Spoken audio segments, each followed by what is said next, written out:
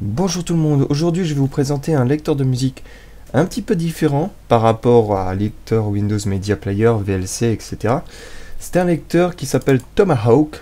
Alors pour le trouver sur internet, vous tapez Tomahawk Player, Tomahawk comme vous savez la hache indienne. Et vous allez tomber sur leur site officiel, donc vous voyez voilà, la gueule du site officiel.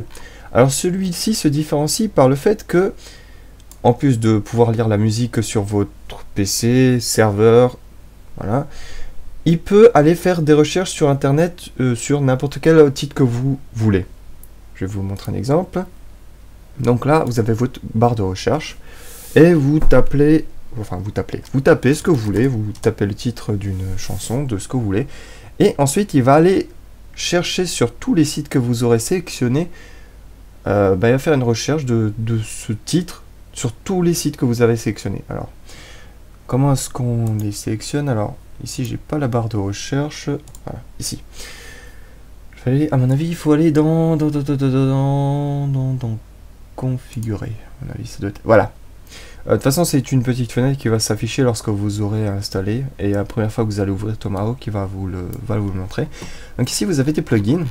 Et en gros, ce qui se passe, c'est que quand vous faites votre recherche dans la barre, en haut, il va aller rechercher sur tous les sites que vous avez sélectionnés. Et comme vous voyez, il y a YouTube, il y a Deezer, il y a Beats, il y a Google Play Music, d'autres sites à côté, à droite, à gauche, ce qui permet d'avoir un espace de recherche et de musique complètement centralisé. Imaginez que maintenant tous les sites musicaux du monde se retrouvent sur une seule barre de recherche, donc vous tapez votre recherche, et puis après ça va vous ressortir tous les résultats de tous les sites du monde. Voilà, c'est à peu près ce que fait Tomahawk. Et c'est super pratique parce que maintenant je fais Wolfsbane, un titre que j'adore absolument et que je vous conseille. Donc là, il est en train de rechercher. Donc moi j'ai sélectionné, vous avez vu, SoundCloud, YouTube, Jamendo et encore d'autres sites à droite à gauche. Alors malheureusement le player n'est pas parfait. C'est-à-dire qu'il est beau, il est esthétique et tout ce que vous voulez, mais il bug. Voilà, là, il est juste un peu lent, donc ça va, on a encore de la chance. Mais il bug. Alors, on va faire titre, afficher plus. Donc voilà, il va vous montrer où est-ce qu'il a trouvé. Donc là, c'est des recherches sur YouTube.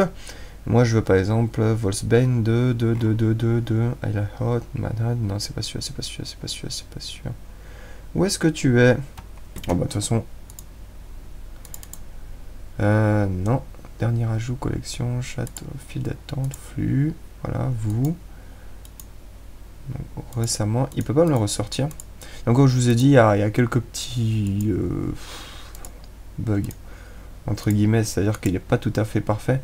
Comme j'ai voulu rechercher Wolfsbane, ah maintenant c'est Jonas Rasman, c'est celui-là. Donc ensuite vous double-cliquez, donc là il va aller, là vous entendez, enfin peut-être pas parce que là ça ressort pas dans le micro, c'est pas enregistré en temps normal. Là il me sort une vidéo de YouTube. Et donc si je me plante pas, ensuite on peut avoir en fonction de l'artiste, voilà.